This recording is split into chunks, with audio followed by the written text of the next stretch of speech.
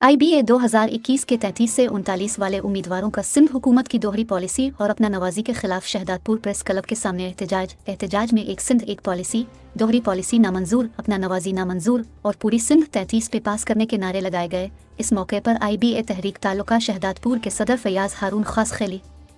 नायब सदर शफीक मेमन और नईम मिलनों, सुहेल कपड़ी और दूसरे उम्मीदवारों ने कहा कि सिंध की साबिका हुकूमत ने असातिज़ा की भर्तियों में हार्ड एरिया का बहाना बना के अपना नवाजी की है और अपने मनपसंद लोगों को 33 से भी कम मार्क्स पर उस्ताद भर्ती किया है, जबकि कानून के मुताबिक बराबरी की बुनियाद पे एक पॉलिसी होनी चाहिए और हम भी इस बराबरी की बुनियाद पे अपना हक मांग रहे हैं, जो कि हमें अपने हक नहीं दिए जा रहे और हम 33 से 39 मार्क्स लेने वाले उम्मीदवार मुसलसल 2 साल से एहतजाज कर रहे हैं, जिसकी अभी तक किसी ने भी कोई दाद फरियाद नहीं की है। उन्होंने निगरान हुकूमत से मुतालबा किया कि PST और GST की भर्तियों से पाबंदी हटाई जाए और सिंध में एक पॉलिसी बना के बराबरी की बुनियाद पर हमें भी पास करके सिंध के हज़ारों बंद पड़े स्कूल खोलकर आर्डर दिए जाएं।